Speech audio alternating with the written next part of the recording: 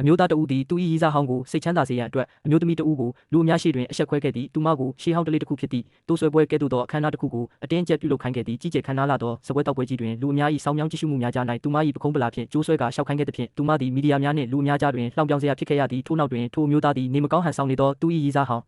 ကိုပွေ့ချီကဆေးရုံသို့ထွက်သွားခဲ့သည်ထိုခိုက်တန့်တွင်ပင်အမျိုးသမီး၏နှလုံးသားသည်လုံးဝကြေကွဲသွားခဲ့ရသည်သူမသည်ဆူလျာရစ်ပတ်မိလက်စွပ်ကိုချုပ်လိုက်ပြီးလူအများရှိတွင်ပင်မင်္ဂလာပွဲကိုဖျက်သိမ်းကြောင်းကြေညာခဲ့သည်အိမ်ပြန်ရောက်သောအခါရင်းတို့နှစ်ဦး၏တပ်ပုံများကိုအမိုက်ပုံထဲသို့လွှင့်ပစ်လိုက်ပြီးအဝတ်အစားနှင့်ပစ္စည်းများကိုထုတ်ပိုးကာအတိတ်ကိုစွန့်ခွာရန်ဆုံးဖြတ်လိုက်တော်သည်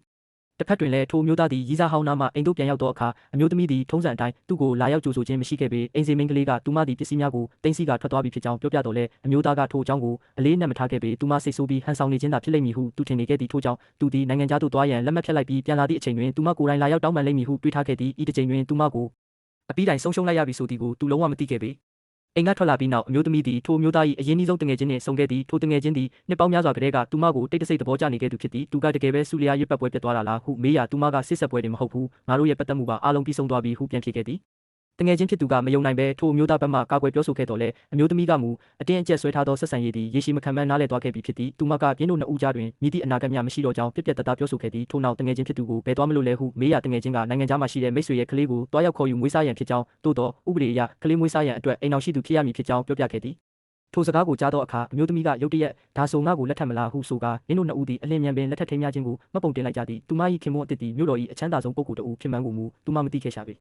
တစ်ဖက်တွင်မူနိုင်ငံခြားမှပြန်လာသောအမျိုးသားသည်အမျိုးသမီးကိုထပ်မံရှာဖွေခဲ့ပြန်သည်သို့တော့အိမ်စီမင်းကလေးကသူမဘယ်တော့မှပြန်မလာတော့ကြောင်းပြောပြခဲ့သည်သို့တော်လည်းသူမစိတ်ဆိုးနေတော့မဲ့ဟုသူထင်နေစေဖြစ်သည်ဖုန်းကိုကြည့်လိုက်သောအခါလမ်းခွဲသည့်စာတိုးနှင့်အတူနေရာဆုံးမှဘလော့လောက်ခံထားရသည်ကိုမြင်ပြီးသူအမျက်ဒေါသထွက်သွားခဲ့သည်ငါ့ကိုဘလော့ရဲတယ်ပေါ့အခုတော့ဒူးထောက်တောင်းပန်ရင်တောင်ငါခွင့်မလွတ်ဘူး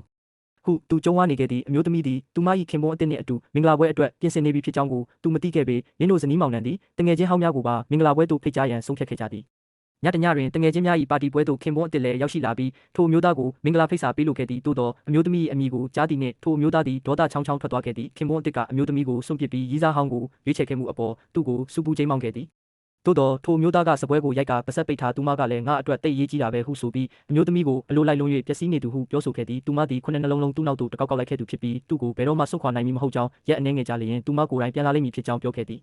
်ထိုစကားကိုကြားရသောခင်ပွန်းအစ်စ်ကအမှန်တရားကိုပြောပြတော့မည့်အချိန်တွင်ပင်တငယ်ချင်းတယောက်ထံဖုန်းဝင်လာခဲ့သည်ဖုန်းထဲတွင်အမျိုးသမီးနှင့်သူမ၏ညီမကိုရဲတပ်ဖွဲ့ကစစ်ဆေးမေးမြန်းရန်ခေါ်ဆောင်သွားပြီးရင်းတို့ကိုလွှတ်ပေးရန်မိသားစုဝင်တဦးလိုအပ်နေကြောင်းပြောကြားခဲ့သည်ထိုအမျိုးသား၏မျက်နှာပေါ်တွင်အပြုံးတစ်ခုပေါ်လာပြီးအမျိုးသမီးသည်သူ့ကိုအရင်ဆုံးတတိယလိမ့်မည်ဟုထင်မှတ်ခဲ့သည်သို့သောနောက်တစ်စက္ကန့်တွင်ခင်ပွန်းအစ်စ်၏ဖုန်းမြည်လာပြီးကောင်းပြီငါအခုပဲလာခဲ့မယ်ဟုပြောကာထွက်သွားခဲ့သည်ထို့သောဖြစ်လင့်ကစားအမျိုးသားကမူအမျိုးသမီးသည်ရှက်ကိုရှက်ကန်ဖြစ်ပြီးသူ့ကိုတိုက်ရိုက်မခေါ်ရဲခြင်းသာဖြစ်သည်ဟုယုံကြည်နေစေဖြစ်သည်